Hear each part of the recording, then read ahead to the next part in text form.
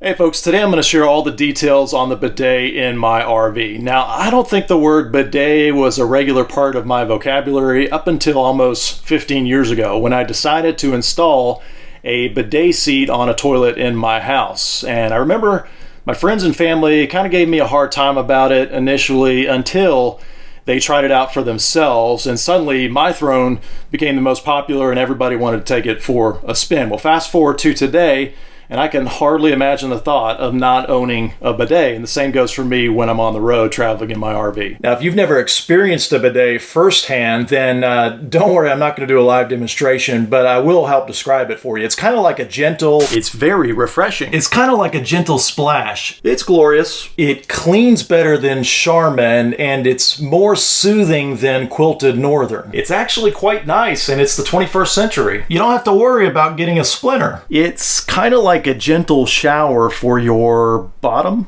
Well, you get the idea. Once you try it out, you'll never go back to the old way of doing things. But how can you enjoy a bidet in your RV? Well, I recently changed RVs and installed my fourth bidet, and so today I'm going to share all the details. All right, so first question, can you buy one of those fancy heated bidet seats designed for residential toilets and simply install it in your RV?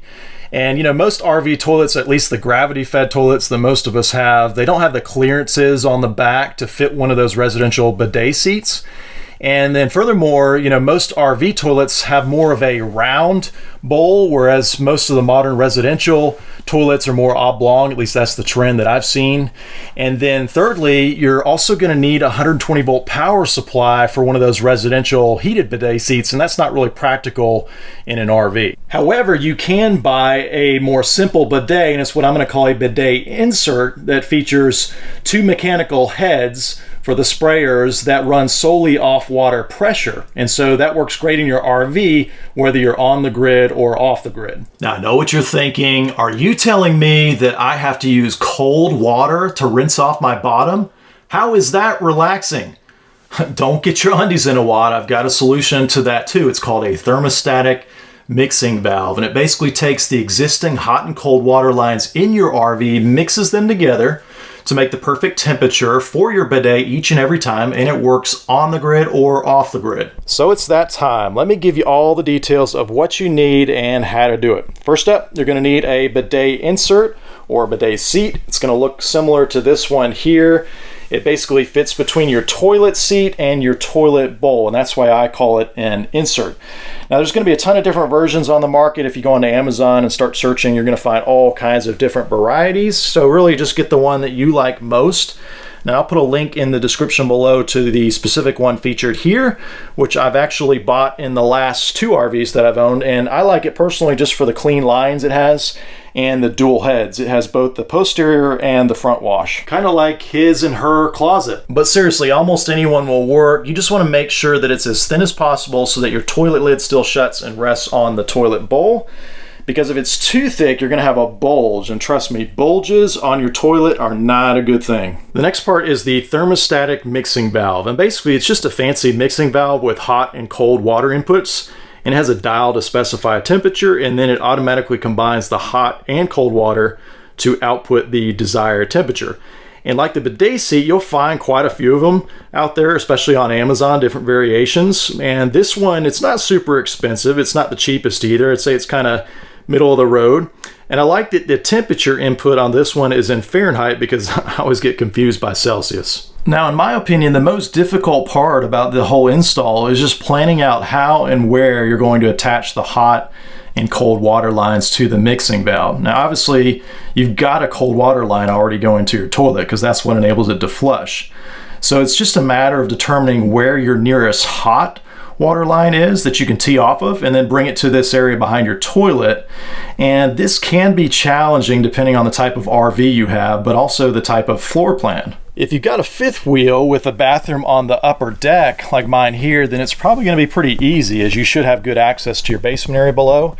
And there's bound to be an existing hot water line below, especially the way hot water heaters are most commonly located below the bathroom. But if your situation is different, you might have to go exploring and try to figure out the nearest water line, the hot water line that is. In my last RV, I had a peninsula in the kitchen that backed up to the bathroom wall, and so I had to connect from that existing hot water line and then extend it through the cabinets under the kitchen sink to my bathroom. And just to give you a couple other ideas depending on your floor plan, in another RV that I had, there was an outdoor kitchen adjacent to my bathroom.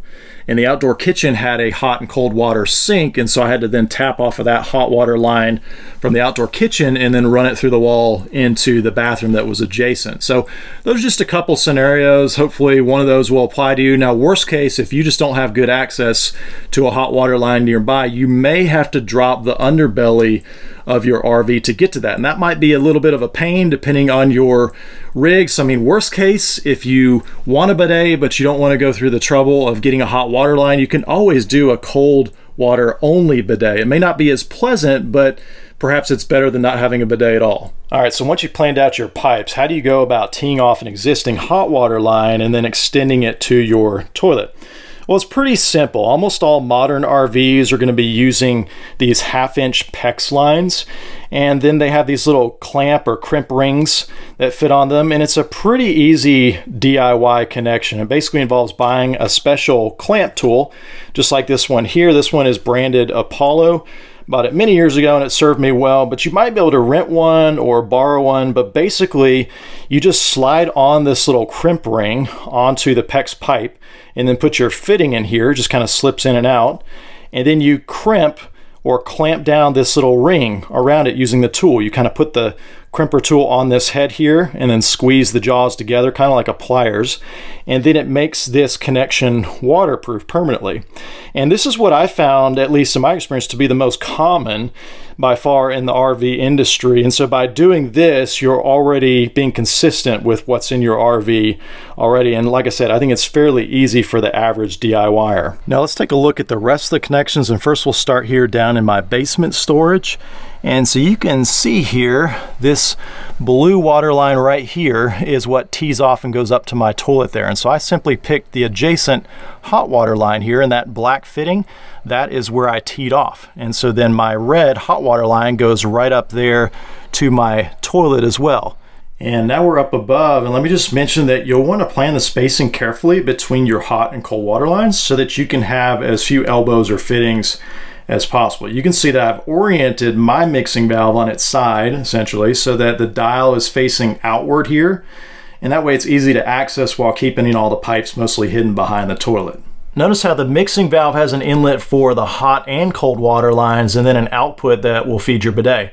You'll also notice that I've teed into my existing cold water line that fed the toilet before to feed the mixing valve on the cold side. Now, just a pro tip, when I installed all this, I've removed my toilet as it gave me a lot better access to get everything laid out and secured.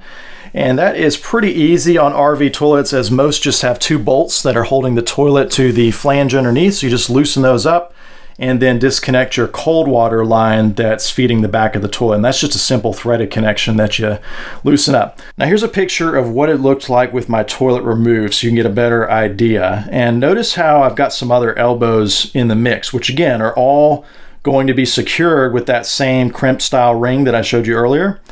And then the mixing valve itself is going to get 2 1/2-inch threaded fittings that are going to screw on for the hot and cold inlets. And then depending on the bidet seat that you buy, you'll probably get a nice braided hose that they'll kind of bundle with it that you can connect between the mixing valve outlet and then your bidet. Now, most household toilet supply lines are 3/8 of an inch, whereas on the mixing valve, it's 1/2 inch. So you're probably going to need a 1/2 inch to 3/8 inch reducer to go from the outlet of that mixing valve to the bidet hose. Last, I've got to maintain the existing cold water supply going to the toilet for its flush, and that needs to stay at the same height as before. And just in case I didn't mention already, all these parts that I'm showing you here, with the exception of the bidet seat and the mixing valve, all of these other parts are readily available at your local home center. The bidet insert and the mixing valve, on the other hand, they're going to be more readily available online, and I'll include links to the ones that I bought in the description below. Now, if you're watching this and it just seems too daunting to tackle on your own, just pause the video, take a screenshot of my layout here, and then just match up the fittings at your local home center. Another pro tip, I always dry fit everything first to ensure an accurate fit, and then I make my permanent connections with the crimp rings. And here's some close-ups of the finished product. So this is basically the valve that controls the water flow from the bidet head.